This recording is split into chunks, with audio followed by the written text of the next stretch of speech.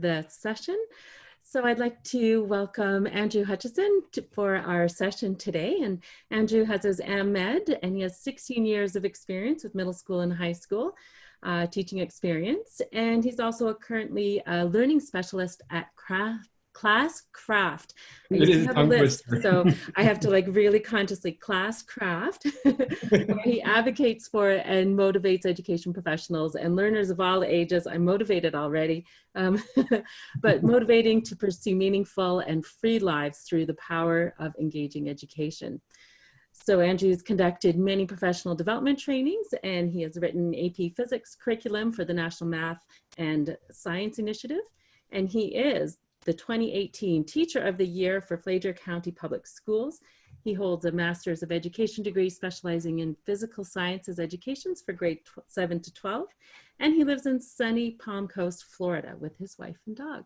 So please help me welcome Andrew, and I'm going to switch over and we can begin our session. Hey everybody. So welcome to our session about virtual PBIS. Being a teacher for many years, I sat in many PD sessions, and the last thing that I want to do is just have a session where I just talk for an hour. So I want to be interactive. So I encourage you to talk back at me and to converse with me and help me feel like I'm not so alone in my office over here.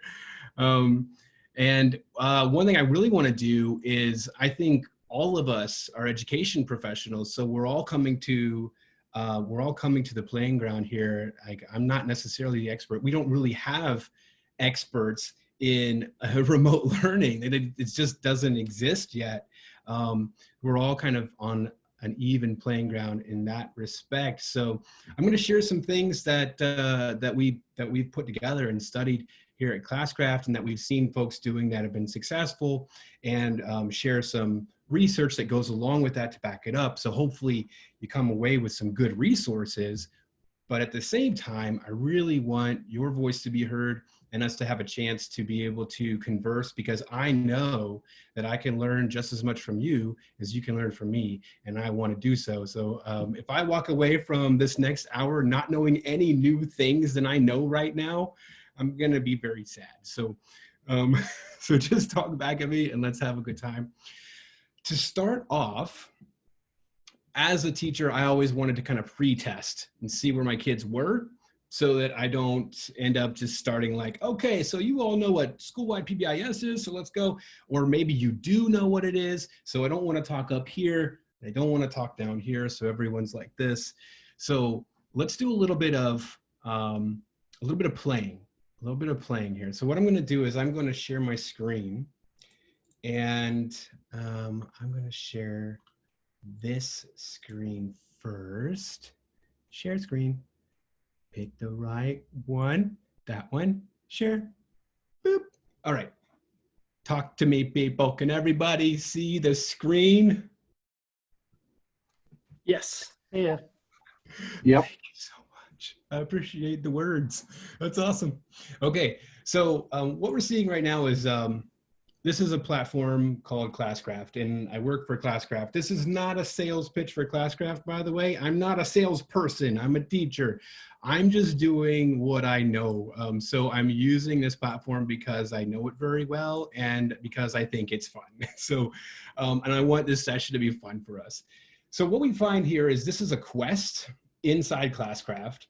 And if you have accessed your Moodle messages for Mountain Moot, which is really fun to say 5 times fast, Moodle messages for Mountain Moot, then you will have a private message from moi if, and only if, you registered like before noon today, my time, and I live in Florida, so that would be Eastern time, and it's 6 p.m. right now. So if you registered before 6 hours ago, then you have a character. And so Brianna had registered, now she has a character. And I made myself a character. And what we're doing is, these are avatars. And the reason why I made these are we're only gonna use them for like next hour. The reason why I made them is because it's going to allow me to make the next session very interactive. So we're together remotely, and what I can do is I can easily let you represent yourself. Like Lisa has customized her avatar. She's looking pretty awesome right now. And I think Jimmy was in here doing, let's see what, oh, nice, Jimmy, that's looking good. And he's got his little pet down there. So if you if you get a chance to jump in there and mess around, the thing I loved about this with my kids is that it gives them a chance to kind of like carve out a metaphor of the best version of themselves, kind of like represent themselves in a digital remote space in our classroom. But the real reason why these things are effective in a remote situation is that they are going to create intrinsic motivation. Now, this is not about avatars, so I don't want to spend time about these. I just want to let you know that you have them if you have them, if you got a message from me. And the message will show you how to get into it and how to mess around with it. And I've also hidden some fun little things for you to discover. One of those fun little things for you to discover is in this little icon here, which is kind of a map with a little waypoint sitting on top. And this is a quest. Now, this is how in Classcraft I would deliver my content remotely to students. And what it does, it's going to just take my normal lesson plan and turn it into a learning adventure. It's going to unlock piece by piece so that it's very orderly and organized, but also fun visually for the students. They're also going to earn points for everything they do. So that's going to give them that positive reinforcement, which is often what we do for PBIS. Now, I'm saying PBIS a lot, and I'm not defining it yet, which I should, but I'm not defining it on purpose. So we're going to get into that right now. Let's go into this quest. Now, if you can access your character, I encourage you to do so, kind of like carve out some computer space on your screen if you can. I've got a side computer over here, not side computer, but side monitor. And I'm looking over here at mine. So you can see what's happening in the Zoom, and you can see what's happening over here. But I'm going to go, if you don't have a character, I'm going to go through as a character I created for myself. So those of us, like everybody can be involved. Some of us have already gone in and messed around with this quest already, which is great. And so I'm going in for the first time as student version of me. And the first thing we see is a little story. And this is stuff that we have written in Classcraft to help students feel like they're part of something bigger than themselves. And it helps create a sense of discovery, a sense of surprise, and a sense of the power of narrative, which is going to engage students, some students, to be engaged with our course, just to discover the next part of the story. And then these kind of characters that will be involved in the story are the same kind of characters that you would have as an avatar in the class. Okay, that's all I'm going to say about that. This story doesn't really have anything to do with our session. It's just the first part of the story that picks up after an intro quest that you can unlock and play through as a student if you wanted to as well. The first thing I want to look at today is let's discover virtual PBIS in this little objective right here. A little more story continuing. Not going to take the time to read it. We're going to get right into our virtual PBIS stuff. So, hi there, I'm Hutch, your friendly presenter today. Let's take a moment to connect with each other. Drop a message in the discussion tab to introduce yourself and let us know 3 things. Now, we can either do this in this discussion tab, as some of us have already discovered, or I'm very, very comfortable with us just taking the easy way and doing this in the chat. So in the chat or in the discussion, I will have both up. Throw in there, whatever you have in front of you, throw in what do you do in the world of education and why are you at Mountain Moot this week, or why did you choose this session? I'm actually a little more interested in why you chose this session, because I really want to know, what do you hope to learn from this session so that I can make sure I provide that to you. This is going to give me some pre-test knowledge about if you're asking about something, then obviously, you would like to learn that. So yeah, let's go ahead and take a time. Let's take a moment. I'm going to have the discussion here. And I'm going to have the chat. Let me get my little chat open. Since I started sharing, I lost the chat. Here we go. Chat. Okay, awesome. And make sure that when you're chatting, you send to everyone so that everyone can feel like we're part of a community right now. I'm going to sneak some sips of tea along the way. Okay, Libby, thank you for sharing. So we got a history teacher. And you Googled PBIS. That's awesome. Yep. That's a good place to start, right? Okay, great. Motivating, engaging students online. Awesome. Rima.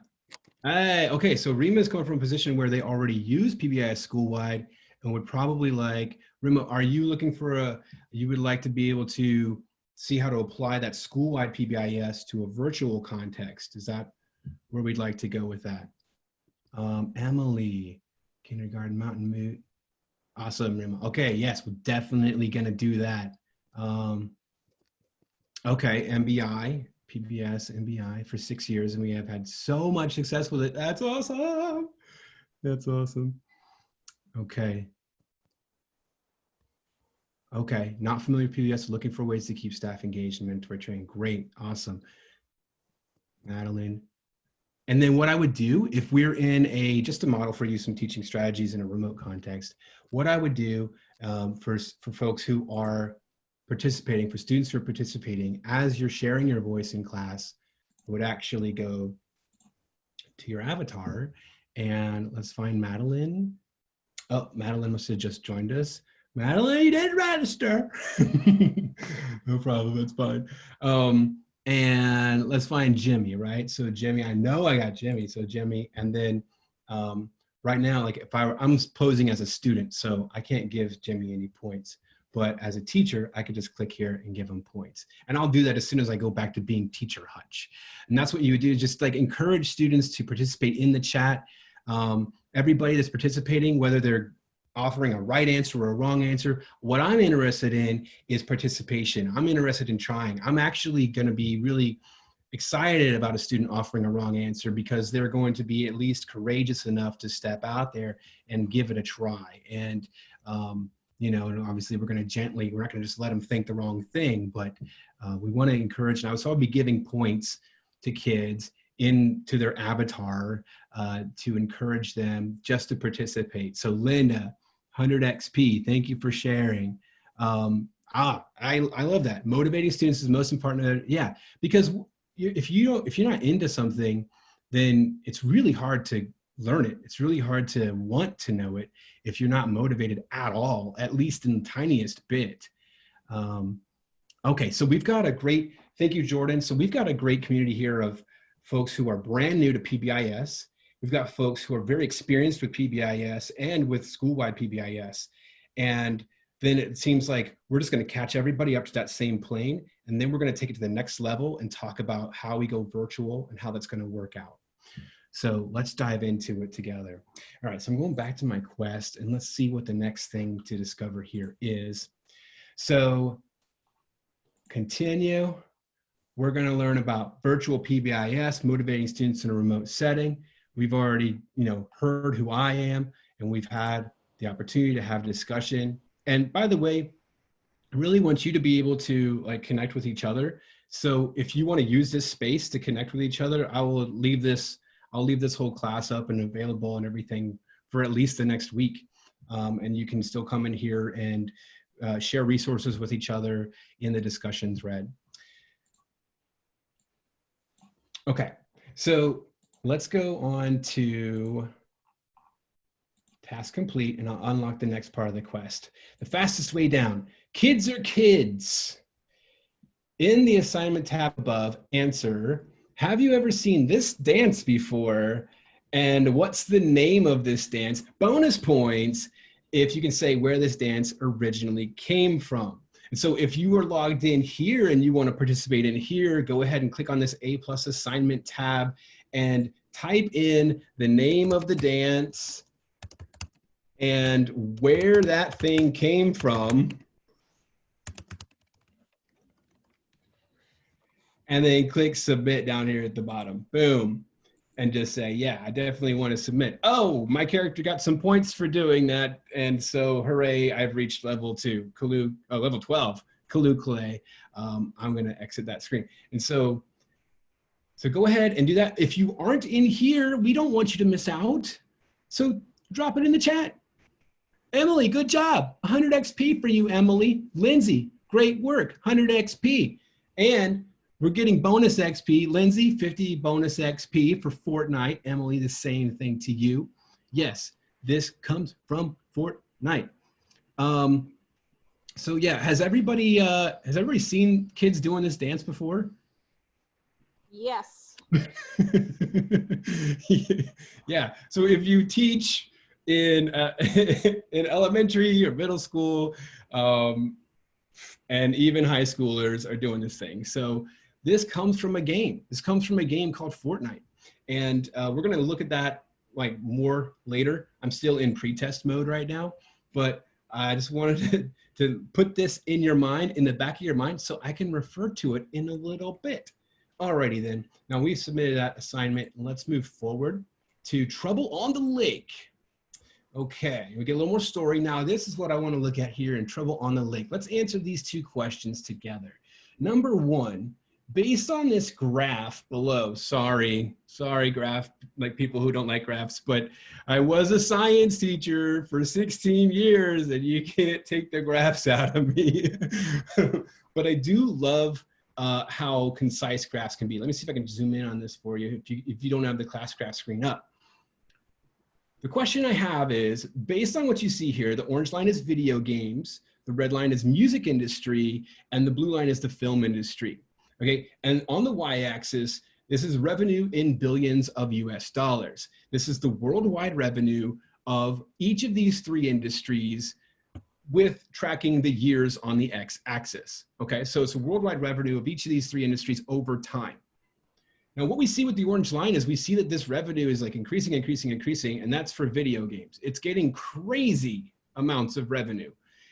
What I want to find out though is, can you tell me what year did the orange line, the video game revenue, surpass the music and film industries? 2002. Numbers are hard. Thanks, Dan. 100 XP for you. 2002. So let's go to, it's just right in here, 2002.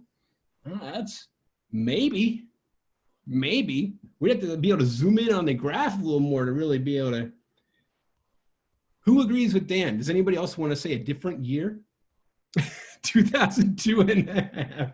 Summer of 2002. I love it. Yeah, you know what? If you're going by the top of the line, yeah, you're right on point, and it never drops below them after that. So that's pretty nice. Yeah, Jimmy agrees with Dan. 100 XP for Jimmy for sharing his idea. Thank you. Yeah. So yeah. Now I got a little bit of a harder question for bonus points. Who could tell me at what year the value of the orange line, the revenue of video games, surpassed the combination of the film and music industries? The combination, like you add the value of the red and the value of the blue, and the orange value is bigger than that. 2007. Let's see, what is this? So we have 1, 2, 3, 4, 5 lines. So these are all representing $10 billion. And then at that point in 2007, the orange line hits right here at $40 billion. The red line is hanging strong at $2 billion for the music industry. The film industry is creeping on 3 billion, but probably around like 2.8 or 2.75 or something. So 3 plus 2, we give it a like kind of like a general 3 plus 2, 5. Not quite. We're at 4, but good try, Dan. 100 XP for you. 2007 and a half. Oh my gosh, that's awesome. I love you guys. This is such a great group. 2006, 100 XP for Linda. Thank you, Linda, for jumping in here. Not quite, though. I think we got to get a little bit higher, a little bit closer to the now. But this is awesome that you all are, I've got everybody kind of like leaning in and looking at a graph, and I feel like my job as a science teacher is done right now. So I'm just super happy about that. I'll see y'all later. Thanks for the session. Bye-bye. Okay, I think, you know, if I were to give the right quote, right answer, I think we're really, really safe by 2007 and a half. Great job, Dan. By the time that we crest this 50 billion, I think we're safe. and it definitely by 2008, and then it never stops. Like the difference just gets more and more extreme, which is kind of ridiculous and was extremely surprising to me. Being that I'm 39 years old, I do love games of all kinds, tabletop, card games, physical games, ultimate frisbee, video game. I love the games. I do love the games, but I was super surprised to see a graph like this. It's the only graph I'll show you, by the way, so don't worry, I won't be throwing more graphs at you. So we've seen that. The other question I want to ask, though, so let's kind of put like 2007 and a half or 2008 in our minds. And so think about how many years it's been since then. And then think about the average age of your upcoming students. Just on average. I mean, I taught students who were from 10th grade to 12th grade in the same classroom. But so like my 11th graders, how old would they be? And then think about, track back and think, okay, what year were they born? And let me just get a feel for like what ages everyone teaches by, if you would just throw into the chat, just throw in there what your answer would be. What year would your average upcoming student for this fall have been born? Let me see here. If I had 16-year-olds and it's 2020 and 16 years ago was 2004. So I would put 2004 most likely. 05, thanks Lisa. 2015, Rima. Oh, you got the babies, little cute babies. Oh my gosh. 2006, thank you, Whitney. Oh, 2000, okay. Rima came back to 2005. Okay, all right. I was like, you got some youngins, that's fine. Like maybe kindergarten or something. Thank you, Libby. Thanks, Jimmy. Thanks, Linda. Thanks, Lindsay. XP all around for all y'all. Okay, yes. So thinking about that, for the majority of our students' lives, and for for some of our students, this has been the dominant cultural medium for their entire lives. I'm gonna go ahead and submit an empty assignment and move forward in the quest. Oh yeah, I leveled up again. Woo! And move forward in the quest. Okay, now we're going to get on to the meat and potatoes. Okay, and I need you to be courageous and talk to me. Only if you're comfortable. But I want to kind of get some conversation going. What do you think? This is an acronym, SWPBIS. Let's first of all nail out this acronym. So folks who are already super awesome at SWPBIS, tell us, what does this thing mean? What is this acronym? Get the rest of us caught up. You can throw it in the chat if you don't have a microphone, or you can just interrupt me and just throw it out there, because I love to hear people's voices. Do you think you could show more of that tiered thing? Sure. Oh, thank you. Great. Yes. See, I love that. We'll zoom in on that tiered thing here.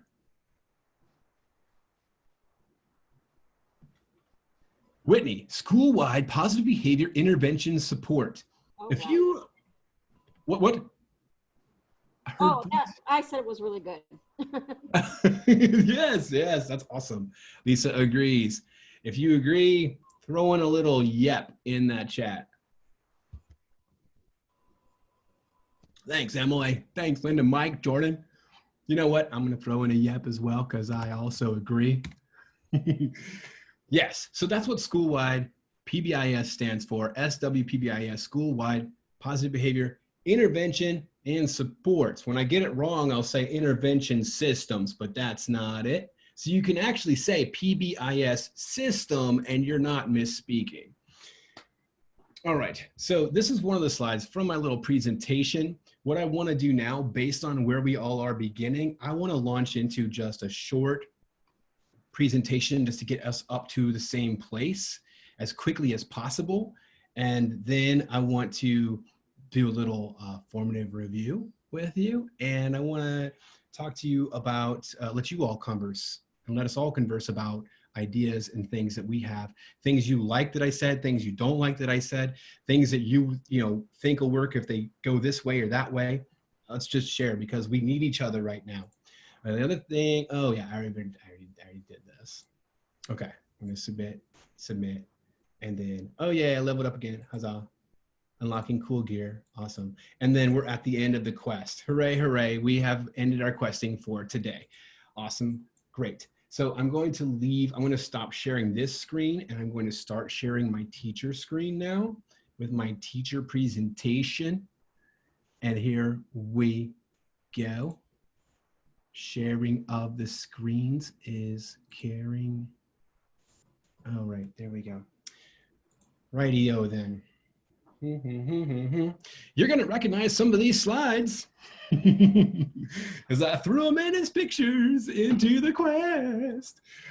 All right, the point of this slide, I'm going to go, give me like 10 minutes. We're going to go till my time, it's 6:27 right now. Your time, it's 4:27. So let's go to start yelling at me when we get to 4:37. If you don't start yelling at me, you need to make it like an alarm sound or meh, meh, or something.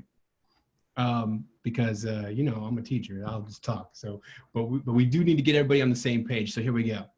All right, so this is Georgia's Path to Recovery for K-12 schools. Now, what this is meant to show is just how complicated things tend to get when we're honestly trying to make a plan for this coming school year.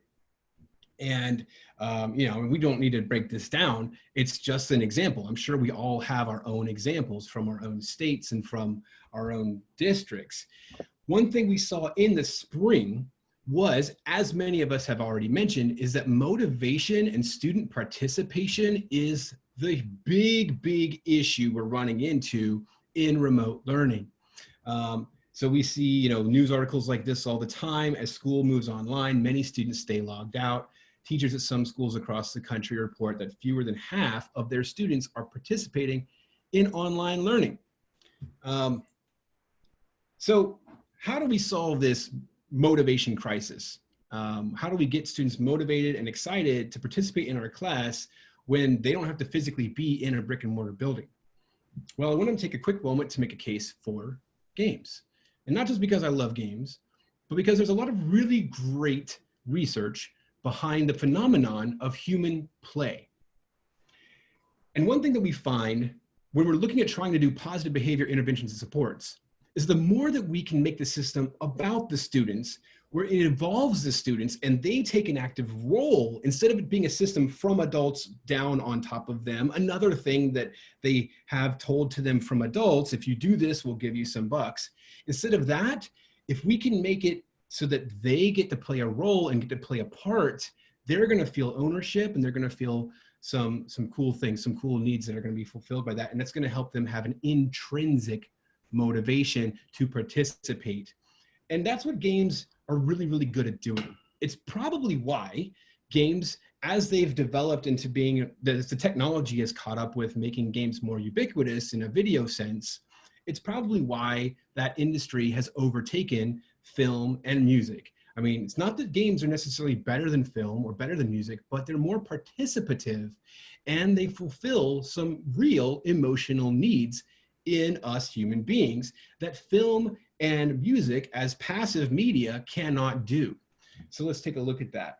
And I'm going to use these words culturally relevant quite a bit. So we've already seen that video games are now the main cultural propagating, they're propagating culture as a medium. Here's Fortnite, here's our floss dance. The kids are floss dancing because it's pure joy.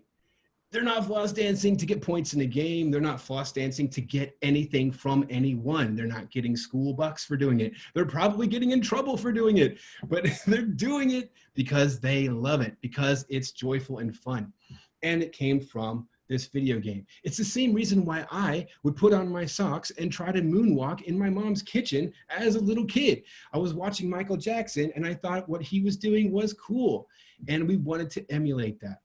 So what we see is that video games, instead of music videos or instead of movies where I would try to practice and be like Jim Carrey and do the eyebrow thing like Jack Black in the mirror, instead of those being the main influencers on our kids, it's video games now. They're actually creating culture for our kids. And we've seen this graph to prove it. Okay, so why they're creating culture is because they're motivating kids to participate in them. And not all motivation is created equal. We have two major kinds of motivation for human beings. And so as teachers, we should be very aware of these types of motivation. We have extrinsic, we have intrinsic motivation. So extrinsic motivation is where you do something for one of two reasons. You're either going to do this behavior because you're trying to avoid a punishment, avoid a negative consequence, or you're doing this behavior because you're trying to get some kind of external reward. The external rewards are not a bad thing. So extrinsic motivation is not a bad thing. It's just not as powerful as intrinsic motivation. Intrinsic motivation is where you do the thing for the sake of the thing.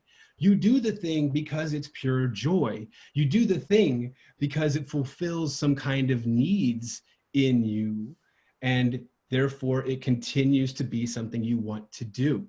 You don't actually have to have external rewards to be intrinsically motivated to do the thing. Where traditional PBS lies is typically with extrinsic motivation, not the punishment side of it, but the reward side of it. The thing that we see about this, though, is that as you continue to provide the same external rewards, like the same candy bars, the same items at the school store, those same items tend to start to lose their extrinsically motivating power over time. It's kind of an idea that the more you're exposed to something, the less you're kind of, the novelty wears off and the motivational power of that something wears off. So though anybody who's tried to like update a school store and keep it interesting for kids from first grade all the way through fifth grade, or if you're operating in a building where you have all the way up through sixth or even eighth grade, I mean, by eighth grade, by seventh grade, sixth grade, the kids are like, like you need better items in the school store. You need new things to keep that interest. So, all right, now why are games intrinsically motivating? Okay, so we don't even have to talk about video games. We can talk about golf. And so why do people like wake up really early in the morning on a weekend, put on clothes that are not the most comfortable, that they don't wear any other time, go out into nature and spend their own money to try and get a ball in a hole? Something that you could actually do really easily, except for we're going to make it hard to do. We're going to say you can't just walk over with the ball and drop it in a hole, because if we said that, you would think this was a dumb activity.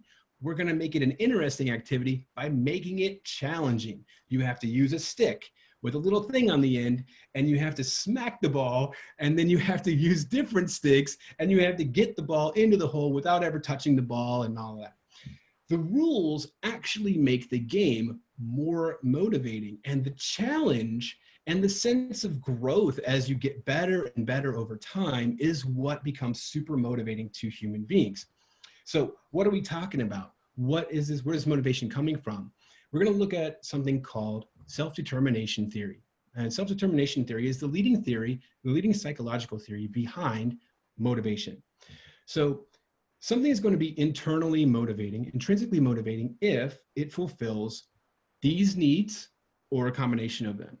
So autonomy is the sense that you have control over something in your life. We all have to feel like we have some kind of control over what's going on. Meaning or relationship, meaning through relationships, or we could say social relatedness, is definitely a need inside of us that video games now are doing a really great job, strangely enough, of fulfilling, especially during remote learning, especially during a time where we're quarantined and cut off from each other physically. And then competency is a sense of skill development, a sense of growth. So you're going out golfing and you get like one stroke less in your game, then you get a sense of competency. You get a sense of getting better at it. Now, these three games are three classic games that have each been out for over a decade. Some of them, like World of Warcraft, has been out for 20 years. At least Tetris has been out for like at least 30 years. And Minecraft has It's super popular, but it has terrible graphics. It has like, until recently, it didn't have a story or anything like that. It was just a playground. It gave students and little kids complete autonomy, complete control, because you could take a block, you could make whatever you wanted to. And I saw cool YouTube videos where people were literally building working computers that were just made of levers and stuff moving around in a giant Minecraft machine. It just gives you the ability to make whatever you want. And so that is why that game is super, super motivating and popular. World of Warcraft is, humans have spent, I don't know how this is possible, but the numbers are true. Humans have spent more hours in World of Warcraft than they have spent on the earth. Again, don't know how it's possible, but we have spent more collective hours in World of Warcraft than we have spent on the planet, if you add up all the game time that people have input into this. I don't know how that works out, but maybe they're like taking all the hours of all the people, and then it adds up all to, one person couldn't possibly put in that many hours, but some people try. Why? Why do they try? Because there's a lot of meaning that comes from World of Warcraft. There are real relationships that happen in this world, and people get a sense of like something bigger than themselves, being a part of a relationship. We've seen weddings happen inside World of Warcraft. Real people getting married with real friends that they've only met in this digital world. Not my experience in life, but it's a real experience for folks. And then Tetris is a great example of competency, because if you've ever played Tetris, you know that you never get to just kind of coast and be bored. Tetris speeds up as you play. So you stay around in the game adjusts to you and gets harder and harder. And so it gives you that sense of, to stay with it, I gotta stay with it. Okay. Now, if we're teaching well and if we're providing a good learning experience, then we're actually fulfilling these needs for the students in our classroom. It's really difficult to do for every kid all the time, and that's why we try to differentiate. But video games, because so many things are automated, and because they're easy to provide a personal experience for every single person without one teacher trying to provide a personalized experience for 25 kids, video games can help us do this. Okay, so now let's take a look at PBIS and how does this idea connect to PBIS. So thank you for letting me talk for my 10 minutes to get us the case for games, the case for intrinsic motivation. And now I need some time to tell you about PBIS, because we got some folks who kind of need to catch up on what it is. So I'm going to sneak a drink of my tea. I'm going to open up. Hey, anybody have a question about what I just talked about so far before we jump into what is PBIS and how it can go virtual?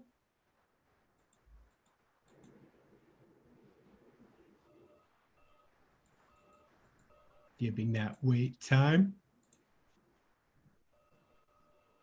Alrighty then, let's get to the meat and potatoes. So PBIS, all right, so we already know it stands for positive behaviors, interventions, and supports. And here's that slide coming back, and let's make some sense of it.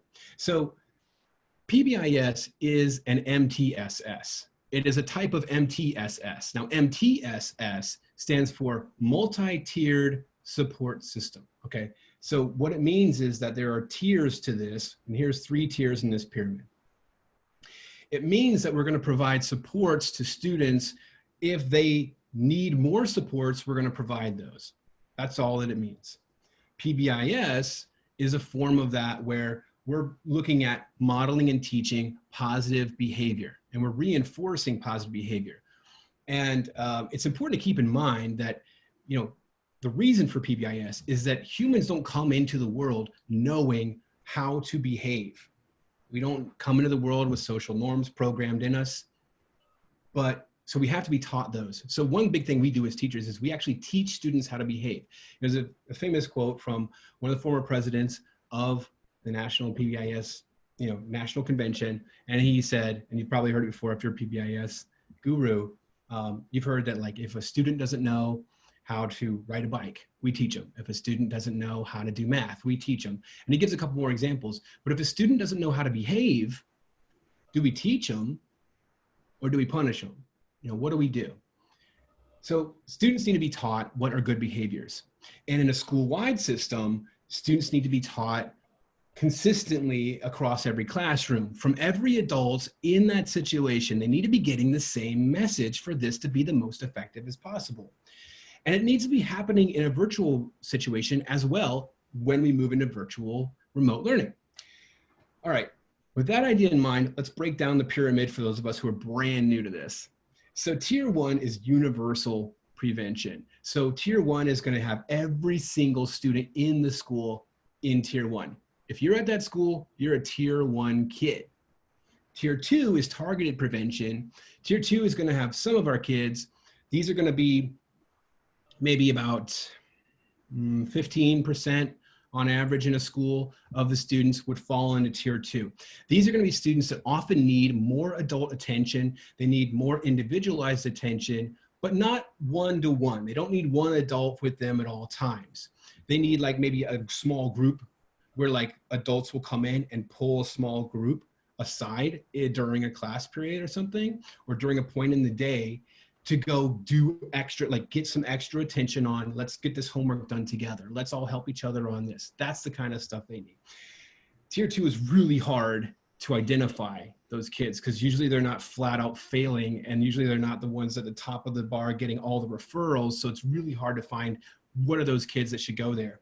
Tier three is the one-to-one. These are like the 5% of kids who take up 95% of the dean or the administrator's time. Like they're the kids that are in and out of the office the most often, in trouble the most often. And it's probably because like some things in the school system just aren't working for them and they're frustrated, or there might be, there's all kinds of tons of factors for why they may be acting up or failing classes, not acting up, but maybe just failing. So tier three is going to have about 5% of our students. And usually what tends to happen in traditional PBIS is that we're going to have kids going along in tier one, and then all of a sudden we see some kids in here failing, we're getting referrals like crazy, and we're like, ooh, like tier three, jump right to tier three. What we need are better data requirements so that we can actually track where students should go before it's just a knee-jerk reaction. We can do a little bit of like providing those supports as soon as we see the need for it. And that's where when we start to use things digitally to track our school-wide PBIS, then it really allows us to do so. Okay, these are some slides that I can provide to you as resources if you'd like to later, where it's going to go into more of what I just described. So tier one is how do we do tier one digitally? All right, this is the core precepts of positive behavior. These are the positive behaviors we want every student to learn how to do and to practice. And that's all we're doing in positive behavioral intervention and support, is that we are positively reinforcing behaviors that we want students to practice. It's a skill to behave well. You have to practice it. We want to reinforce that as soon as possible and in a meaningful, intrinsically motivating way as soon as possible. There's also things about if they're choosing negative behaviors, you don't just ignore that. But right now we're focusing on the positive aspect of it. So we need to establish classroom expectations. Those need to be consistent school-wide so that every adult, like I said, is giving the same message to the kids. And then a lot of times, we're going to be encouraging that behavior with tokens. Okay. And then if you can bring in the family partnership with this, procedures for encouraging school and family partnerships, then it makes it even stronger because now you can get parents involved on the same plane as you, on the same message at home, and they can be encouraging the same positive behaviors at home. Okay. Nowadays, because we're in a virtual learning system, it's actually easier to get parents involved because parents are being kind of like forced to take more of a role in what's going on with the kids at home. Like a lot of them aren't happy about it, but they're doing great. A lot of our parents are doing great. I really admire what a lot of them are stepping up to do. This is a picture of our traditional school store. We have the school bucks, and then up here in the corner, we have what's called a matrix. So a school is going to establish a matrix of positive behaviors, and we're going to set out the expectations for how students will be respectful, responsible, safe in these locations in the school. So the students know what to do with themselves, how to be respectful in the classroom or in the hallway or in the cafeteria, and so on. Beautiful and specific consistent if everybody has access to this poster at all times. Difficult to implement because kids can't remember all these things all at once. So what's going to be more effective is giving kids less things to remember and giving something that's more accessible on a like every moment by moment basis to the teachers and to the students and to the parents. Okay, so PBIS is great, but these are some challenges that we face in PBIS, especially in school-wide. Trying to track the data. You hand a kid some school bucks, they lose them. It goes in their backpack. They never spend them, or they're like, oh, my bucks got stolen. You know, whatever happens to them. But even if they go spend them at the store, like there's really no tracking of who's getting dollars. And even if there is tracking of who's getting dollars, a lot of times in a lot of systems, there's no reason for why they got the dollars. So we don't know what positive behavior the student exhibited to get the dollars. So data tracking is a huge problem. And then the intrinsic rewards like candy, they lose their luster over time. We talked about that. The student involvement is limited because oftentimes it's a top-down system. It's brought to the students from the adults, and it's not culturally relevant to the kids.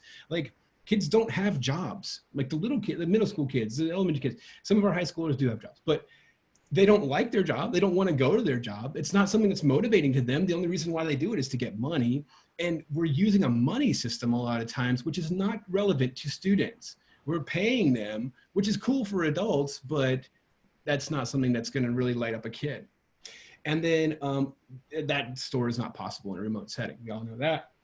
And then sometimes it's hard to keep that implemented. Some teachers don't even think about it in their day. Some teachers are really like crazy, you know, on point with it. So how do we make it really consistent? And then we have tier 2 targeted prevention. What we want to do is we want to identify, I'll just simplify this slide for us. We want to identify those kids before they're already needing tier 3. We want to get them into tier 2 when they need to be moving into tier 2. The only way to do that though is to get good data tracking. And then tier 3, we're going to need to form wraparound supports for the kids, which means that almost every person they're in contact with in the school, especially adults, are providing some kind of support to them. And then, so it's not just on like just one person, but they may actually have one person that kind of follows them around throughout the day, or one person that they go check in with at least once every day. This is going to be so much more powerful though if we can bring in wraparound supports from a much larger group of folks like students. If we can involve students in wraparound supports, then it's a very, very powerful thing. But how do we do so with fidelity and providing equity, and also with protecting the student from bullies, like from students who aren't always the nicest people? These are challenges that we have. Okay, so these are things that we have really thought hard about at Classcraft. And so I'm not trying to sell Classcraft. I'm just trying to show you that these are ways to do these things. These are ways to overcome these challenges.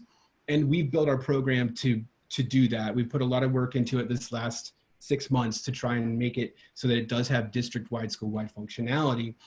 So if you don't use Classcraft for your virtual PBIS, use something that does these things. So what we want to do is we want to ensure continuity with in-person PBIS, especially if you're social distancing one day in a brick and mortar building, and then the next day you're virtual. So you need to have consistency between those two experiences. We also want to set common behavior expectations for every single educator. Every single teacher needs that matrix right in front of them that we saw, or something simpler that's really easy to remember. Like the human hand has 5 fingers for a reason. Well, 4 fingers and a thumb. But it's really easy for us to remember like about this many things. More than that, and So we got to bring it down to what's most important to improve our school culture, and what are the most important positive behaviors we want our kids to be doing in our school system. And just get comfortable with simplifying it down to that. If you can't remember it, you can't practice it. Okay, and then the rewards, they have to be digital now. You can't hand kids candy. You know, you're gonna have to like clean every candy off like with a Lysol wipe that we can't even find in the stores. So there's gotta be digital rewards, and students have gotta stay intrinsically motivated to do this. And then if you can build in a team-based approach, you're gonna help build community. You're also gonna help students be more intrinsically motivated by having that social relatedness, emotional need provided to them all within your PBIS system. The curriculum and behavior live alongside each other. So like we saw in Classcraft, the quest is in Classcraft where the curriculum lives and where students learn, but the things they do in there earn them the same points that they get for practicing positive behaviors as well, like participating in the class, showing up to class on time. I would be giving you all points for all of that during our class right now. And so it's the same points they get that go into their same avatar, and their avatar levels up and improves. And it's a visual metaphor for their internal growth. Students don't have the cognitive ability to conceptualize like some kind of weird, like not weird, but some kind of deep subconscious like kind of growth going on. They're like at high school, you're still in concrete operational cognitive level. And that means that you have trouble actually conceptualizing like concepts that you can't touch. They're not concrete. Like internal development and social emotional growth and learning. But when students see that their character is leveling up, unlocking more customization options, they can make their character look cooler and cooler, they can get more pets and things like that. They see the growth, they feel the growth, and that's a sense of competency right there. And so that's creating more intrinsic motivation. So having some kind of avatar to represent the kid that gets better and better as you go along is a great idea. It also is going to provide digital rewards that students can unlock. They can unlock customizations for their avatar. They can unlock pets that they can train. And we're going to look at, in Classcraft, we actually have powers they can unlock, which are going to be things that, like a homework pass. And they can play it digitally. It's something you might provide anyways, and you can totally customize those. And then we've thought of like things virtually, like what if you, well, I'll look at some of those with you in a second. Okay. Parents can participate in the system. You need a system where the parents can see the behaviors you're encouraging and reinforcing, and parents can actually give points to their kids at home for those behaviors. And that can happen in Classcraft. And then data to identify and support at-risk students. So what we do in Classcraft is we've developed the ability for administrators to have a dashboard where they can see all this data coming in. It's live data. And then you can see what behavior students are getting rewards for. So now they're getting these points that are contributing to their avatar, giving them a sense of autonomy as they unlock powers that give them more abilities than they normally have in their daily life. Normally you can't skip a homework, but you unlock a homework pass, and now you got a one shot of skipping one homework that you didn't have before. That's autonomy. And then they're sensing competency in school because they're seeing their avatar level up and they're seeing that growth visually. And then they're getting a sense of interconnectedness and relatedness because they're working on teams in Classcraft. And so now they're on teams and they can easily like work together on projects and things like that.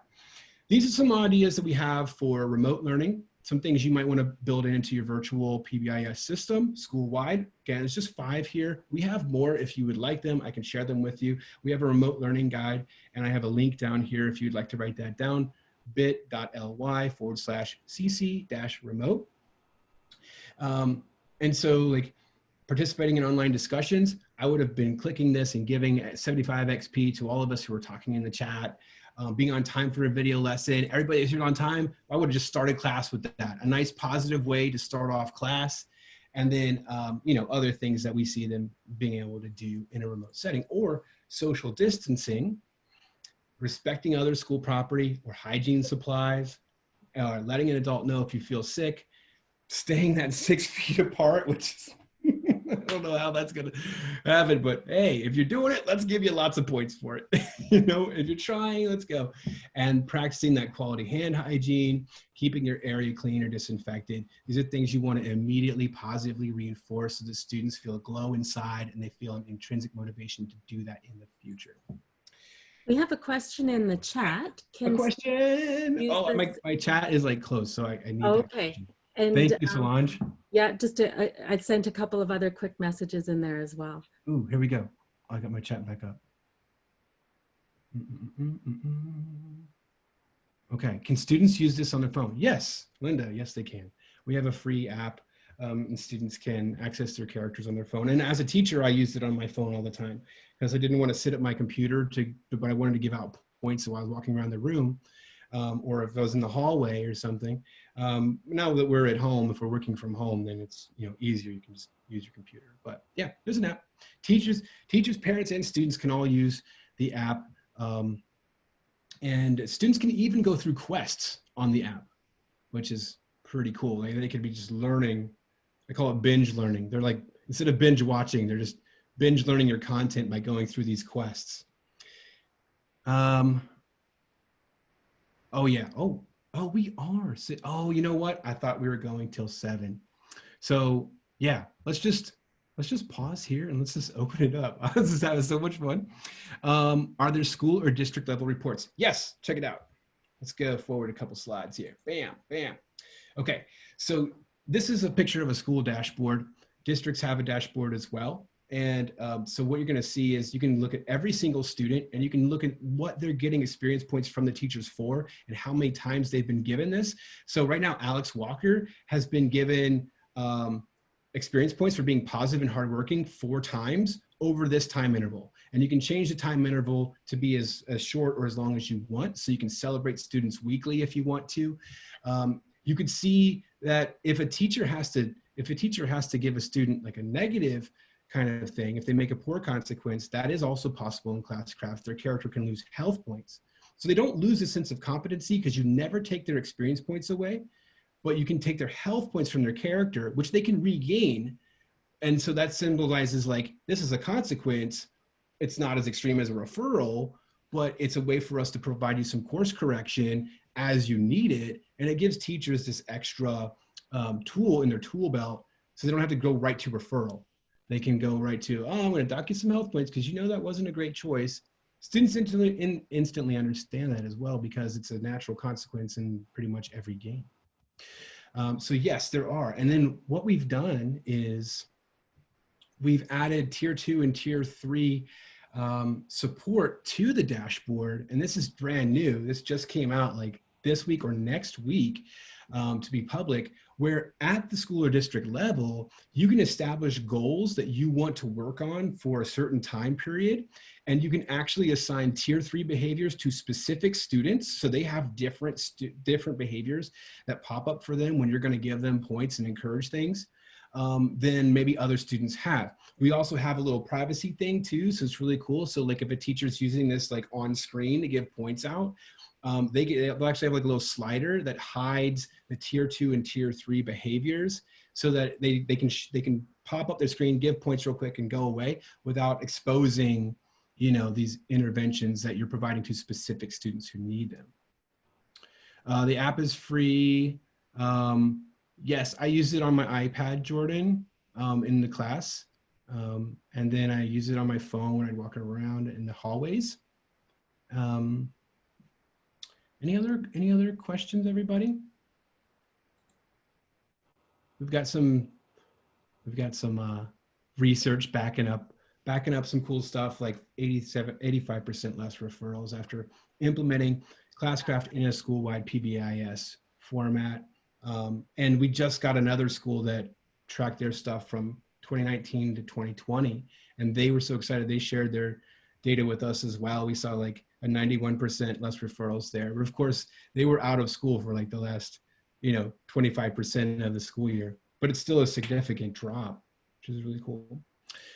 I've got some resources that I've already shared with you in our Moodle, in our sessions Moodle. I put some of these slides in there, and then these 3 resources I put in there as well. So if you're interested in how this connects to CASEL's social emotional standards, if you're interested in that stuff, we've got a thing on that. And then we've got a intrinsic motivation playbook if you want to learn more about building intrinsic motivation into your school-wide virtual PBIS system. Thank you all for hanging out with me so much. Feel free to continue the conversation with me after today. You can email me, hutch@classcraft.com. If you want to get, some Classcraft stuff going on, you can go to classcraft.com/PBIS. And then this is my information. So please contact me. Let's connect. And yeah, I'm happy to carry on the conversation moving forward. Yeah. Linda, I believe we are recording. Yep. Yes, we are. Yes, and so that'll be posted in the Moodle course. I just recently put the link up to the Moodle course.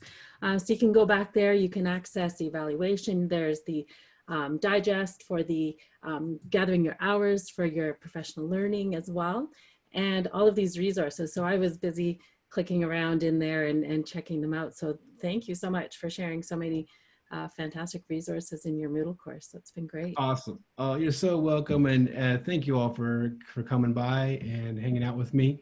And, you know, if we had a time to try again, I'd bring in our little review game and stuff. But, you know, I had so much fun with you, and hopefully I'll see you again. Yeah, and it's a perfect, you know, primer for the 7 o'clock games that are happening tonight. Yes, We yes. won't get cool gear or pets in Classcraft, but who knows what we can do with our moot money. Moot coin, right? Yeah, there might be a barter table at the back or something. Yes, yes. But Awesome. I'm going to stop the recording. So thank you once again. And this link will be in the course as well. Awesome.